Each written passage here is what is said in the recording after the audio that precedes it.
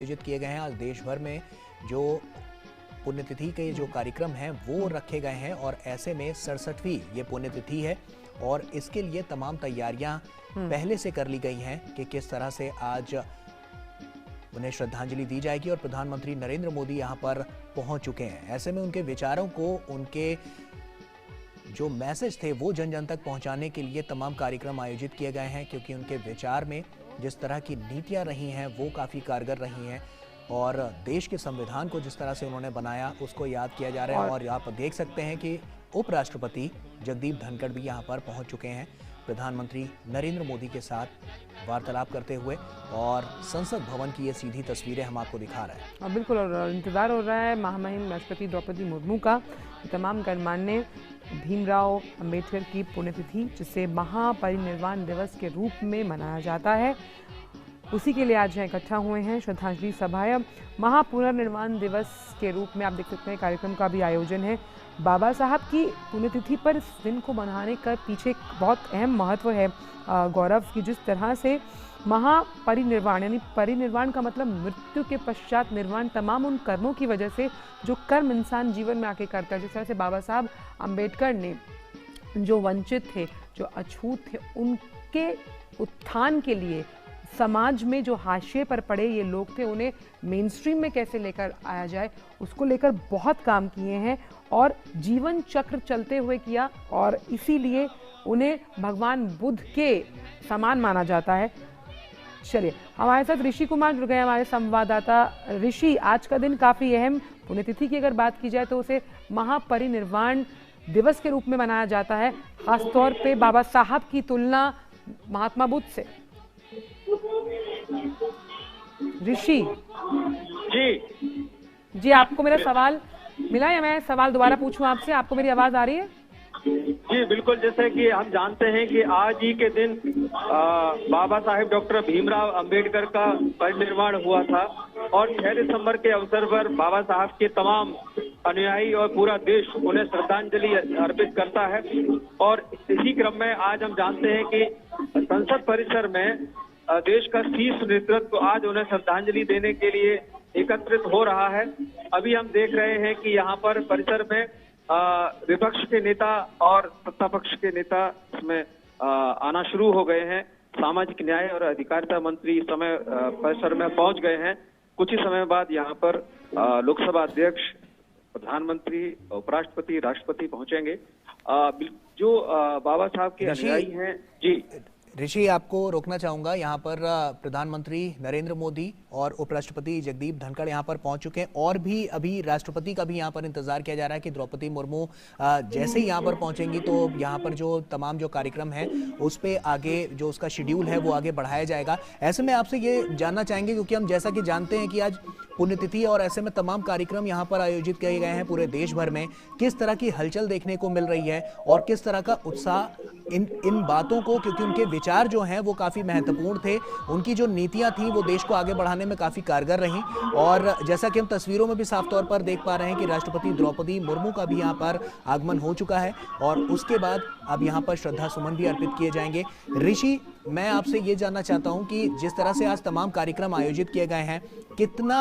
बड़ा आज का दिन है, क्योंकि कहीं ना कहीं जो उनके विचार हैं वो लोगों तक पहुंचाने के लिए तमाम कार्यक्रम आयोजित किए गए हैं। बिल्कुल, देखिए, बोधिसत्व बाबा साहेब डॉक्टर भीमराव अंबेडकर को श्रद्धांजलि देने के लिए देश की राष्ट्रपति और प्रधानमंत्री, उपराष्ट्रपति इस समय संसद भवन परिसर में पहुंच चुके हैं और बाबा साहब को याद करने के लिए उनका महापरिनिर्वाण दिवस के अवसर पर उनके जो श्रद्धालु हैं, उनको मानने वाले हैं और पूरा देश, हम जानते हैं कि राष्ट्र निर्माण में उनकी जो भूमिका रही है और उन्होंने राष्ट्र निर्माण, संविधान निर्माण से लेकर पूरे समाज को एक दिशा दी और खास तौर से वंचितों के लिए, शोषितों के लिए उन्होंने जो काम किया वो पूरी दुनिया उनको इस बात के लिए जानती है कि कैसे एक कलम के सिपाही ने अपनी ताकत से इस देश में ही नहीं बल्कि पूरी दुनिया में ये संदेश दिया कि हम शांति के रास्ते से, बुद्ध के रास्ते से कैसे अमन के ओर बढ़ सकते हैं और अपने अधिकारों के लिए संघर्ष कर सकते हैं। उन्होंने जो नारा दिया था, शिक्षित बनो, संगठित हो और संघर्ष करो का नारा, पूरी दुनिया में आज इस बात का एक प्रमाण है कि कैसे हम शांतिपूर्ण मुल्क के रूप में पूरी दुनिया में ये स्थापित करते हैं कि हम हर हाल में एक शांतिपूर्ण मुल्क है और बाबा साहब के अनुयायी हैं। इस समय हम देख रहे हैं कि राष्ट्रपति मुर्मू इस समय जो बौद्ध भिक्षु हैं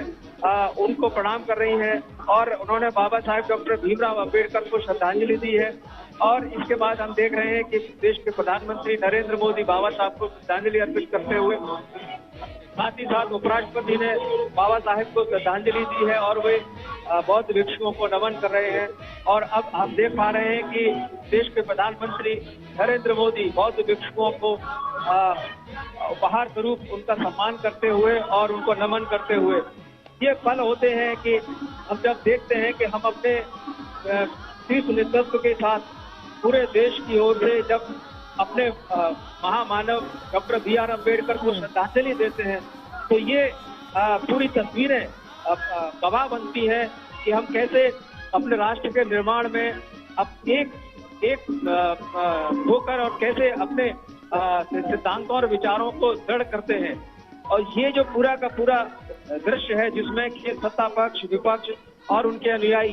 एक होकर उन्हें याद कर रहे हैं, नमन कर रहे हैं। और ये जो पूरे का पूरे जो दृश्य है, हम कह सकते हैं कि हम एक मजबूत राष्ट्र हैं और बाबा साहब के अनुयायी। जी बिल्कुल, हम देख सकते हैं कि विपक्षी दल भी यहाँ पर मौजूद है। गौरव, यहाँ पर मल्लिकार्जुन खड़गे हैं, सोनिया गांधी भी मौजूद हैं। और सबसे अहम बात यहाँ पर ये है कि ये जो बात अभी ऋषि कर रहे थे उसकी ये इस बात की तस्दीक करता है कि जब इस तरह के मौके आते हैं तो जो राष्ट्रीय एकता के प्रतीक के रूप में देश एक साथ खड़ा होता है, जहाँ प्रधानमंत्री भी मौजूद हैं, उपराष्ट्रपति भी हैं,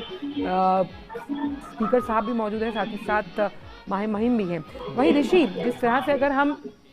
देख पा रहे हैं कि हमेशा से जो अनमोल विचार रहे हैं बाबा साहब के, उसमें उन्होंने कहा था कि मेरे मरने के बाद भी मुझे अच्छे कामों के लिए याद किया जाए, और महापरिनिर्वाण ये जो शब्द है ये इसी का परिचायक। बिल्कुल, महापरिनिर्वाण अगर भगवान बुद्ध के बाद किसी के लिए देश में प्रयोग में लाया जाता है तो वो डॉक्टर भीमराव अंबेडकर के लिए लाया जाता है, क्योंकि ये ऐसा दिन है जो उन्होंने परिनिर्वाण प्राप्त किया, जो उनकी मृत्यु के बाद जब उन्हें उनके अनुयायी और पूरा देश एक महापरिनिर्वाण दिवस के रूप में मानता है। यानी कि एक ऐसा महामानव जिसने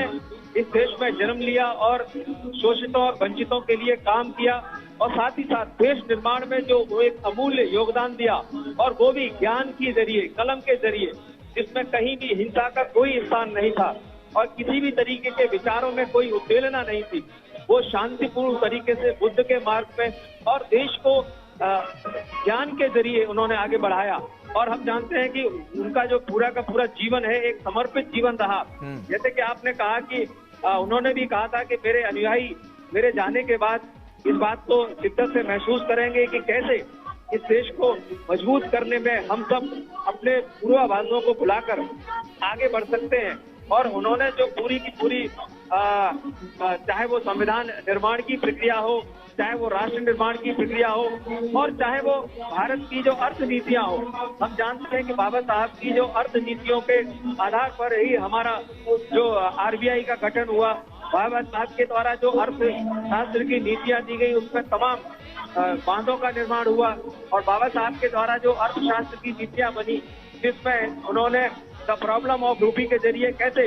ब्रिटिश भारत के दौरान, ब्रिटिश शासन के दौरान जो आपको रोकना चाहूंगी ऋषि एक मिनट के लिए। संसद भवन में माल्यार्पण करने के बाद प्रधानमंत्री अब वापस अपने काफिले की ओर चलते हैं और वापस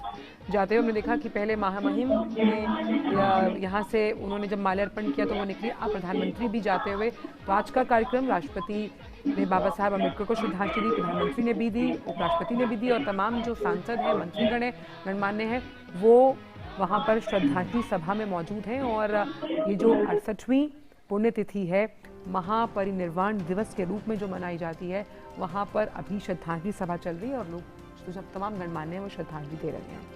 और इसी के साथ यहाँ वक्त हो गया एक छोटे से ब्रेक का। ब्रेक के उस पर खबरें और भी हैं, कहीं मत जाइए, बने रहिए डीडी न्यूज़ के साथ, जल्द लौटते हैं।